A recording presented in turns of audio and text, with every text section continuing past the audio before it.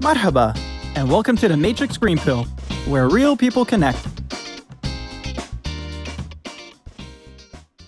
Hello, and welcome back to the Matrix Green Pill podcast. I'm Melvin Abraham, and today I'm joined by my beautiful co-host, Shirin the Oz. Welcome, Ozzy. Hey, Mel. It's been a while, but I'm happy to have you joining me today. So to introduce our guest, please welcome Aparna Rajesh.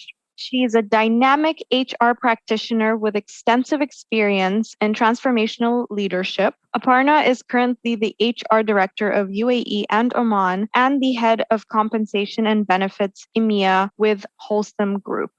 In November 2021, she was also shortlisted in the top 6 SLC HRO awards among 250 companies in the GCC. Welcome, and thank you so much for joining us today. Hi, Melvin. Hi, Shireen, and thanks for having me here. So to start off, Aparna, you certainly have some very diverse skills. So it's best that we hear from you about you. Could you please introduce yourself and give us a brief on your background and how you ended up here in the UAE? Thanks, Shireen. As you rightly introduced on my current role, I think I will start from there. Apart from the HR, from a professional perspective, I also lead the teams looking after communications, IT, and the very much talked about sustainability within the UAE and Oman setup. I've been with Holcim for the last 14 plus years in over 8 roles, predominantly within the HR and communications stream. Apart from that, I think my interest has always been very, very varied. So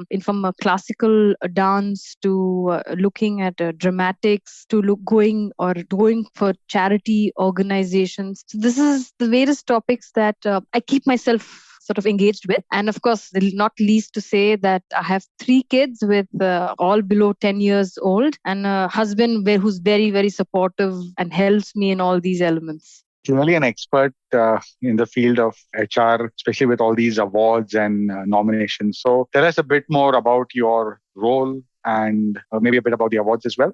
In the last 18 months, or let's say from COVID, a lot of aspects have changed within the HR field. And similarly, within our context as an organization, we did a lot of rethinking on how we want to be looked at in the coming few years. So we sat up a full rehaul of the entire organization, and that's where added on topics like sustainability and to be visible as market leaders in that. From that, the entire organization, the entire department in HR was revamped by myself 12 months back, where the entire team had each and every person had a new role on it. And the idea was for us to learn and to enjoy in it. So that's something which I've always wanted and I believe in, that unless you enjoy what you're doing, you're not going to really give your 100%. This was the idea behind revamping the whole thing, challenging it, shaking up. For example, one of the aspects that we really shook up was our internal recruitment policy. Globally, we have something called approval process, which I removed internally within the country to say that anybody who wants or who's interested in a move doesn't need to take an approval from the organization or his or her manager. They are open to apply, and this drastically sort of improved our internal move percentage. So such kind of initiatives which the entire team worked towards led us to a couple of topics that we were recognized on. And I think the most award that I'm closest to is the one that was recognized by the government HR awards, which we were recognized as the top HR business resilient business. And we were the only private company that was recognized within the UAE. So this is something which we all talk about as HR partnering with the business and going hand in hand. So this is really something which this award helped us sort of recognize ourselves to say, okay, the efforts that we're putting on ensuring the business continues as HR is in the right direction. So this is something which we were all very quite happy to be recognized with. So is this the one that you guys won the Flexible Working Initiative Award? Not. This is the other organization, which is called Future at Workplace. So the award that we won, as you rightly said, was for flexible working hours. And the change that we had made as a manufacturing setup, which we need to understand the background, is a very orthodox or classical, industry, which is not very forward thinking like the other industries in the IT and retail sectors. So for us as an organization where we have factories to come up with flexible working hours and for it to actually work with the business requirement was something which was a huge change for people. It took us about 8 months to put in place, to open up, to talk about concept of sharing of hot desks, to ask the GM of the business to say, listen, this is not your desk, this is everybody's desk, was an interesting challenge which we have come through. So it's feel recognized and have won that award. Wow, so it's definitely been quite the journey for you. And actually, I wanted to talk more about a different topic. In recent times, there has been a lot more awareness around the issues of diversity and inclusion, as well as equal opportunities for women. Have you seen much of a change in how these issues are being addressed? And what would you say are the challenges with making such changes? There has been a lot of change in the last 10 years. When I was in a much more junior position versus now, we have many more,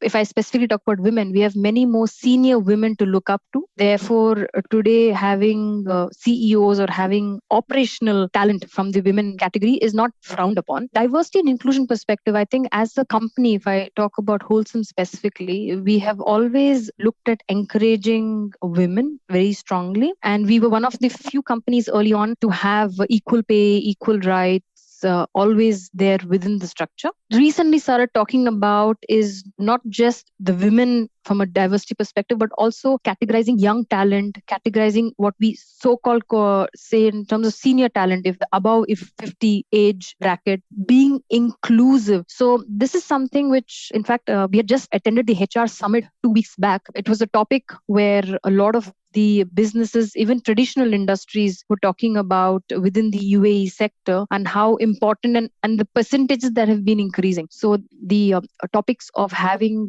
women in the board, especially from the government, and how that has helped the women flourish, how it has helped in terms of diversity of age brackets, if I could say, where we keep talking about young talent, but we need to remember that we have talent who are above 50 or above 60 also needs to be utilized to the best in terms of the business interest. So these are the various points where we are trying to focus on, and not just the category of women, which I know is much talked about. It's also the other topics that we are focusing on. You mentioned that things have changed in the last few years. And what trends do you think have shaped HR during these past years? And obviously, COVID would have impacted it, as you already mentioned. So we'd like to know more about that. One of the trends that has shaped HR and has accelerated during the COVID time is digitalization. HR as community has always been a bit apprehensive into embracing this. And COVID really pushed us all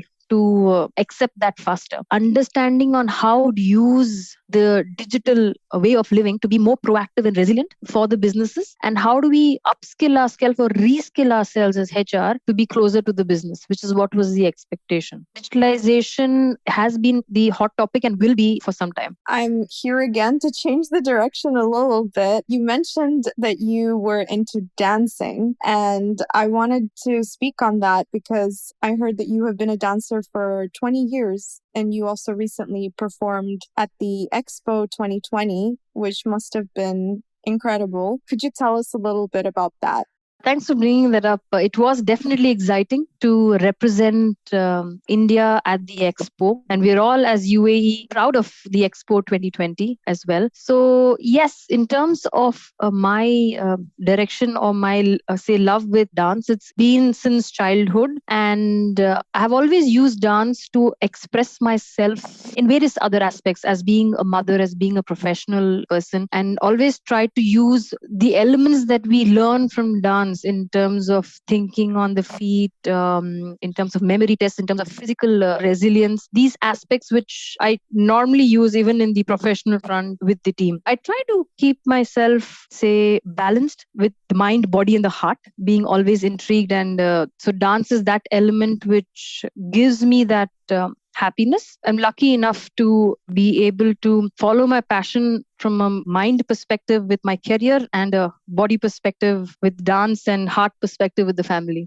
Okay, so is this one of those Bollywood sort of dance thingies that happened, or what sort of dance was this? Okay, so at the expo specifically, we were asked to represent the Indian culture for the Diwali festival. There was a theme of the drums represented from different states of the country and the classical dance art form represented from the different states of the country. So what was Diwali and how does it bring all of us together, diversity and inclusion, if I could sort of put that in, and how does this make our life colorful and happy was the theme of the entire program.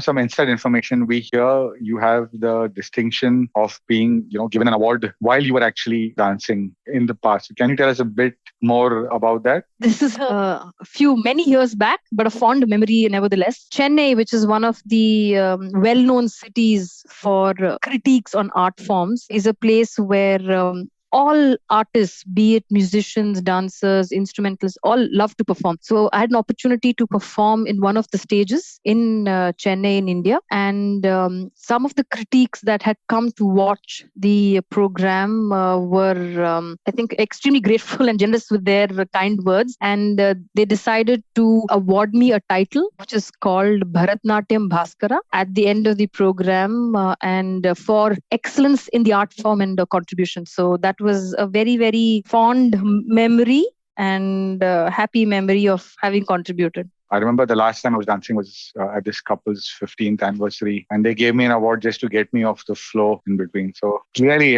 doing stuff, Aparna, that's really something. Thanks. It really, really is. And of course, I'm not much of an expert on Bollywood dances and such, but from the many varieties that I've seen, they all have such distinctive and beautiful moves about them. So I'm sure that you're a very beautiful dancer. Love to see it someday. Would love to dance with you someday. So I think that will be more fun. You need to teach me some moves. Gladly. I also heard about your special group of friends with whom you perhaps let your hair down and go on regular trips together with. Could you share a little bit more about that? I think like all of us have our own way of sort of letting our hair down, as you said. There are a lot of groups of friends that we have based on interest. Group of friends who love to dance, a group of friends who love to play the instrument. In fact, recently we joined a group of friends who sing and play the guitar really well. So sometimes just being the audience is something which is as delightful as being part of the main stage or the spotlight. I think one of the groups that I have, which is from my MBA, is we are 4 of us who meet up once a year, and we all 4 are living different parts of the world. We come down and we challenge each other, think about new ideas, basically be as critical and brutal and as loud with each other for those 3 or 4 days without the families. This is one special group that I'm always fond of and close to, who help me to be a better person. With all of this and in all the time that I've known you, you've always been great at balancing stuff, whether it's learning new languages or a new dance form, traveling, participating in contests. If I'm not mistaken, I remember you painted yourself blue for a contest, and then the balancing would work. And then, as you mentioned right at the beginning, twins.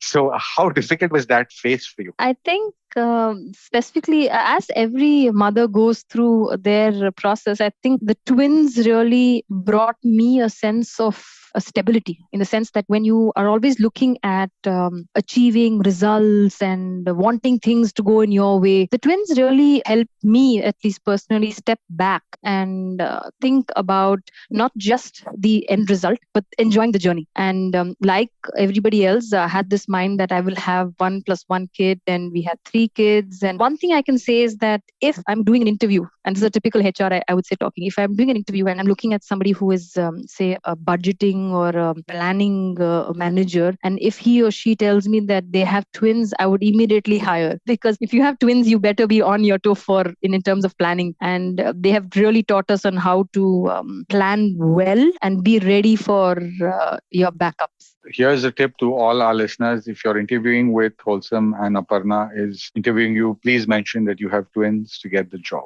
So we're going to speak of another difficult phase. Maybe not for you. You were clearly winning a lot of awards during this time, but COVID-19, was difficult for a lot of us, and it changed a lot for many of us. So did it change things for you personally and professionally?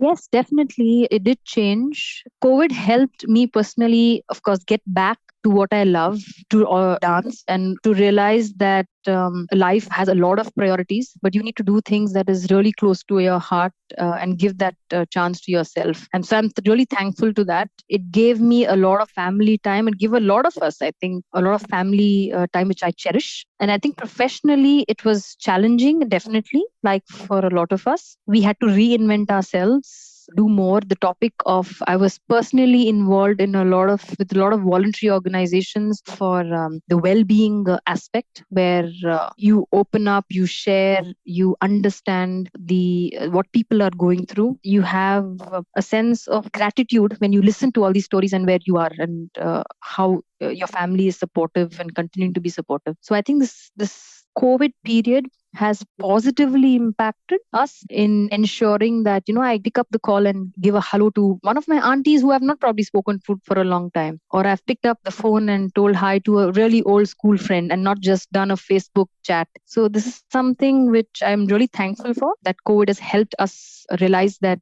life is not just about tomorrow, it's also about today. I absolutely agree with that. And I think it's taught all of us to appreciate the time that we have with the people that we care about, especially because so many were not able to see each other for such long periods of time, for the first time maybe. So yeah, it's definitely been quite eye-opening for everyone in that sense. So Aparna, I guess this might be a bit of a personal preference or a personal question that I'd like to ask. As you being someone that works in HR, what are some things that you look out for when browsing through candidates? If I'm working on my CV, what are things that I should work on improving or including to really stand out? The one thing that I would like to advise is that when you're looking at a particular role and a company, try to understand the value system that the company believes in and follows, and the role linked to this. I know there is the typical process of a CV and a covering letter, but try and understand what the company stands for and see where you can add value to that. When you apply for a job, don't just forward your CV, but try and link that value system or leading competencies, if I could say, that's there in the organization, and link that to yourself. That will help me as HR believe that yes, you are not going to just be a 9 to 5 person, but you're going to be a positive influence. And if I'm looking at a leadership role, that's the only thing that I look at, is how are you going to positively influence the future generation, and not really the EBIT target or the revenue target, which should follow in any case. So here's a note to our listeners and to the producer of the show. We may see Aussie updating her CV sometime soon. Maybe we need to have a chat with her. Yes. Thank you for the tips. I'm sure these will be very handy for other listeners as well. Of course, we've talked about your many successes that you've had so far. Looking ahead, what would you say are some of your future goals, or what's next for you? Is specific interest on the topic of sustainability, and I have recently taken up an addition to my current role on that. So it's such a huge space in this particular time frame, in this particular organization, which is, as we call ourselves, market leaders. So what are we doing for the future generation in terms of sustainability? So that's something which I've just recently started exploring, working with the governments locally over here, and how do we influence positively the country, the organization, and the future generations to ensure we are up there and not just building revenue year on year. So that's something which is up next for me personally, and where we are trying to encourage everybody in the organization, irrespective of the position, to think from this perspective. From a future goals perspective, I think, if I can say so, I'm currently working on building my stamina to do a 1 hour classical dance program, and I'm currently only halfway there. So building myself physically and mentally towards that. From a family perspective, to inculcate somewhere the habit of giving out rather than taking in. That is something which all of us, I think, somewhere do that, definitely. But the intention over here, personally for me, is not to talk about it monetarily, but talk about it from a time perspective. So this is something also, again, whatever I normally believe or think, and I try and put it in all elements. So even as an organization, we are going to be putting this as an objective for each and every employee, where giving their time for the community is going to be part of the mandate. So that's something which is something which I'm excited about in hoping to change mindset and personally leading it.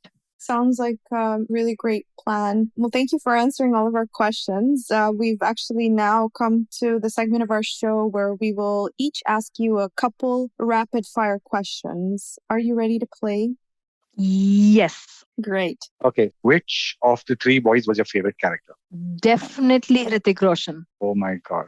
Group HR head or general managerial post? What's your next frontier? Group HR head. What next dance style would you like to master? Dance style would be bachata, which is something which I was recently exposed to. And it's not I would like to master. I would like the partner and me to master. Okay, so Aparna's husband, if you're listening to this podcast. Aparna, this one's my personal favorite. What is one thing that you do every day, no matter how busy you are? I kiss my family good morning and kiss them good night. That's so sweet. Before we wrap up, right, we're going to do our green pill moment. And for our segment called Your Green Pill Moment, we're going to ask you one question. Odi? Aparna, could you share an inspiring or life-changing experience that you have gone through, which was your green pill moment? This is a question that I thought a lot about. And during my college days, there was a lot of dance competitions. And I was up for the hat trick competition in the third year. Everything was perfect. The dance, the group, everything was perfect. And I had a knee lock because of which I couldn't move almost overnight. Somewhere from there on, I believe that there is a superior being where you need to step back and say, enjoy the efforts, enjoy the journey, and not really delve too much on the result. Because I think what that journey helped me with is what I am today. So I keep reminding myself that look at the journey, look at your efforts. And if you're happy with that, try not to think about the result. And which is something which I still do work on. It's a life-changing experience for me that everything could be 100%, but still there could be a slip between the cup and the lip. How did it end? It ended me sitting next to the judges and helping them find the next best person. And I think that was even better that I could choose the person who could represent the college, which looking back today makes me feel proud that I was able to help in that. So in your own inspiring or life-changing experience, you have also shared some really great advice to the listeners. So thank you so much, Aparna. I mean, you've shared your fantastic and inspiring story with us today, especially this last green pill moment. That's fantastic advice. And I'm sure our audience will thoroughly enjoy this conversation. Thank you so much for having me here and going back the memory lane. I think it just brought in a lot of smiles and learnings I've enjoyed experiencing. Yes. And just before we say goodbye, could you share maybe your social media handles or where our listeners could possibly find you? On LinkedIn as Aparna Rajesh. And I know, Melvin, you introduced me as Aparna Naveen. I have still decided to keep my maiden name all these years. From a Facebook, Instagram perspective, I'm not there. So I'm mainly contactable through LinkedIn. Perfect. Thank you so much, Aparna. Thank you, Aparna. And we've had a wonderful time and we hope you've enjoyed your time with us as well. It was lovely. Thanks for having me. If you enjoy our conversations, please like and subscribe. See you next Wednesday.